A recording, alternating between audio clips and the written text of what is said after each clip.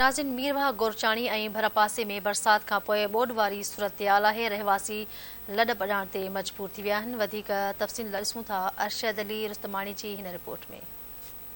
चौमासी बरसातनि जिते सॼी सिंध में तबाही मचाई आहे, उते मीरवा गोरचाणी भरपासे में जेको ॻोठ लीमो खान लिगारी आहे ऐं उनजी राम कॉलोनी जेका आहे, ताज़ी जेका कॉलोनी आबाद थी आहे, इन खे शदीद मुतासिर कयो आहे। हिते जेके तमामु जेके घर आहिनि उहे ढही पटी थी आहिनि। हिते बरसाति जो जेको पाणी आहे 3 खां 4 फुट जो जेको बीठल आहे, हिते जा रहवासी सख़्तु परेशान आहिनि। अचो त हिननि सां ॻाल्हि ॿोल करूं, वधीक हिननि जो छा चवणु आहे। 4 ॾींहं थिया अॼु बरसाति पई आहे, केरु असांजो धणी साईं केरु कोन थो थिए। छाजे करे धणी साईं कोन था थिए?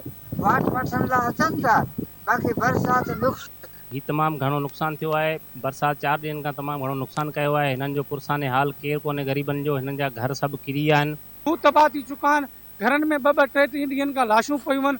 माण्हुनि जा माल मरी विया आहिनि। माण्हू जेके आहिनि बुखूं कटे रहिया आहिनि। हीअं न का इमदाद आहे, न का रेस्क्यू टीम आहे, न ई ज़िले लेवल ते को DC EC जी तरफ़ां का असांखे अहिड़ो को इमदाद या को रेस्क्यू टीम कोन्हे पुॼी चुकी। साम्हूं असांजे ॻोठ आहे, ॾिसो पाणी जे तमामु पाणी आहे। उन्हनि इहा गवर्नमेंट खां अपील कई त महिरबानी करे हिननि खे टेंट असांखे जेके टेंट फराहम कया वञनि ऐं खाद खुराक जी जेका आहे उहा जेका कमी आहे असांखे उहा पूरी कई वञे। कैमरामैन शादिब अली रुस्तमानी सां गॾु अरशद अली रुस्तमानी, धरती TV मीरवा गोरचाणी।